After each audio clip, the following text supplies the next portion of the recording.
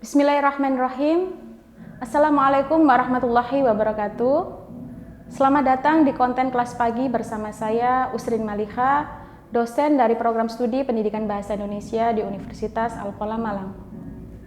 Jadi beberapa waktu lalu saya bertemu dengan seorang mahasiswa. Biasanya di kelas itu ia tampak ceria dan tersenyum seperti biasanya. Namun ketika sesi kelas selesai, ia menghampiri saya dan berkata pelan, "Bu, saya sebenarnya sering dibilang baperan oleh teman-teman saya sendiri.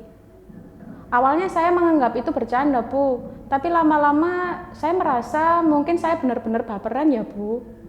Nah, dari cerita itu, mari kita bahas tentang bahasa dan bullying.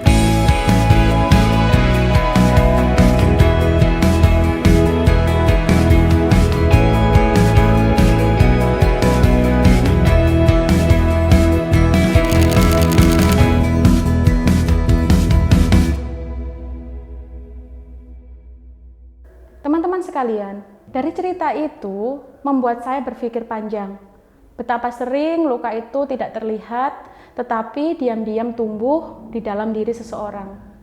Tidak ada memar, tidak ada darah, tapi ada rasa yang tidak berharga yang pelan-pelan memakan keberanian. Satu hal yang membuat saya terkejut adalah orang yang melukai perasaannya bahkan tidak sadar bahwa ia telah melukai. Luka yang terbesar sering bukan berasal dari pukulan, tapi dari kalimat yang terus diulang. Dan yang lebih menyakitkannya lagi adalah orang yang mengatakan itu tidak sadar bahwa ia telah melukai. Dari pengalaman mengajar saya bertahun-tahun, saya mengamati beberapa hal. Yang pertama adalah banyak mahasiswa yang terluka bukan karena kekerasan fisik, tetapi karena kata-kata sederhana yang dianggap bercanda. Bullying verbal ini lebih sulit terlintas, namun dampaknya itu jauh lebih panjang. Rasa minder, takut berbicara, bahkan kehilangan kepercayaan diri. Fenomena seperti menormalisasikan ejekan sering kita temui di kelas, entah di lingkungan kampus ataupun di lingkungan rumah, bahkan di dunia media sosial.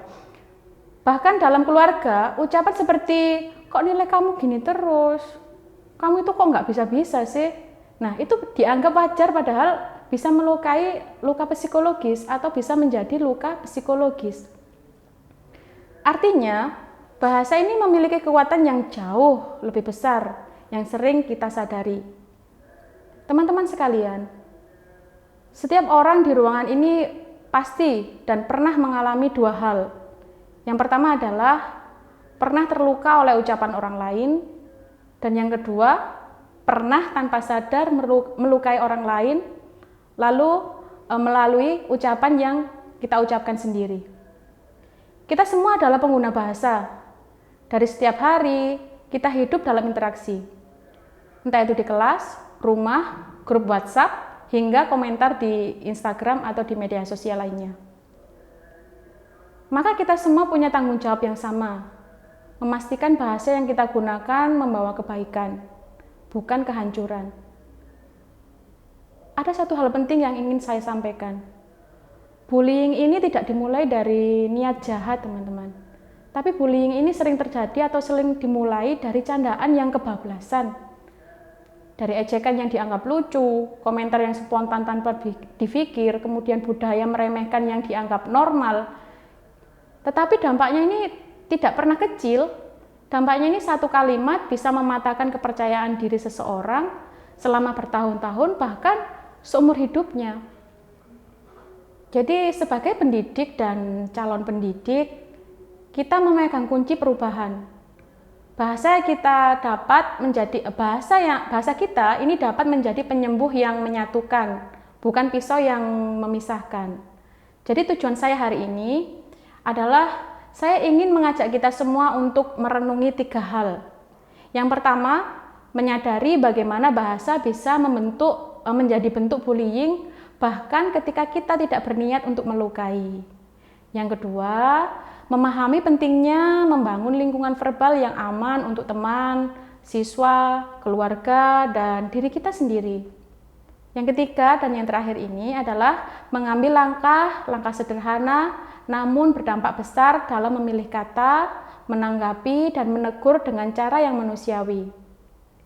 Jika hari ini kita sepakat untuk lebih berhati-hati dengan ucapan, dampaknya itu akan sangat besar. Satu kalimat baik itu dapat menyelamatkan seseorang dari rendah diri. Satu kata dukungan dapat mengembalikan keberanian. Satu pujian tulus dapat membuat seorang terus berjuang. Dan yang terakhir, satu pilihan bahasa yang tepat dapat menciptakan ruangan aman untuk bertumbuh. Karena apa? Karena pada akhirnya bahasa yang baik dapat menjadi penyembuh, bahasa yang buruk itu dapat menjadi luka yang tidak terlihat. Dan kita para pendidik memegang peran untuk menentukan arah bahasa itu. Mari kita gunakan bahasa sebagai pelindung dan sebagai jembatan, menjadikan bahasa untuk kekuatan yang membuat orang merasa dihargai dan diterima. Teman-teman sekalian, sekian dari saya. Apabila ada kesalahan dan kalimat yang tidak berkenan di hati teman-teman sekalian, saya mohon maaf yang sebesar-besarnya. Terima kasih. Wassalamualaikum warahmatullahi wabarakatuh.